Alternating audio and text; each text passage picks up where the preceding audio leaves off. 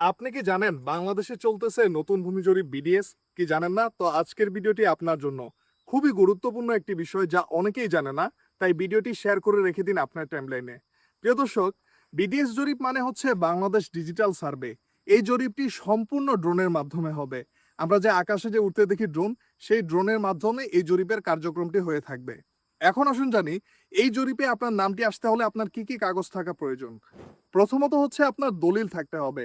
এরপর ২ নাম্বারে হচ্ছে আপনার খতিয়ান থাকতে হবে। ৩ নাম্বারে হচ্ছে আপনার জমিটি কিন্তু অবশ্যই নামজারি করা থাকতে হবে। নামজারি যদি করা না থাকে তাহলে কিন্তু এই জরিপে আপনার নামটি আসবে না। তারপর ৪ নাম্বারে হচ্ছে খাজনা আপনার বকেয়া থাকা যাবে না। খাজনা অবশ্যই পরিশোধিত থাকতে হবে। এরপর সর্বশেষ ৫ নাম্বারে হচ্ছে আপনার জমির সীমানা নির্ধারণ করা থাকতে হবে। জমির যদি সীমানাটা নির্ধারণ করা না থাকে তাহলে কিন্তু এই জরিপে আপনার নামটি আসবে না। অতএব আজই আপনার জমির সীমানা নির্ধারণ করে ফেলুন। গুরুত্বপূর্ণ আরেকটি বিষয় হচ্ছে ভূমি জরিপ চলাকালীন সময়ে কিন্তু আপনার উপস্থিত থাকতে হবে এবং ভূমি কর্মকর্তার নিকট আপনার যে প্রয়োজনীয় কাগজপত্রগুলো আছে, দলিল, খতিয়ান, নামজারি, খাজনা, মৌজা ম্যাপ, নকশা ইত্যাদি সকল কিছু নিয়ে আপনার উপস্থিত থাকতে হবে। তা না হলে কিন্তু আপনার দেখা গেছে রেকর্ড অন্য কারো নামে হয়ে যাওয়ার সুযোগ রয়েছে।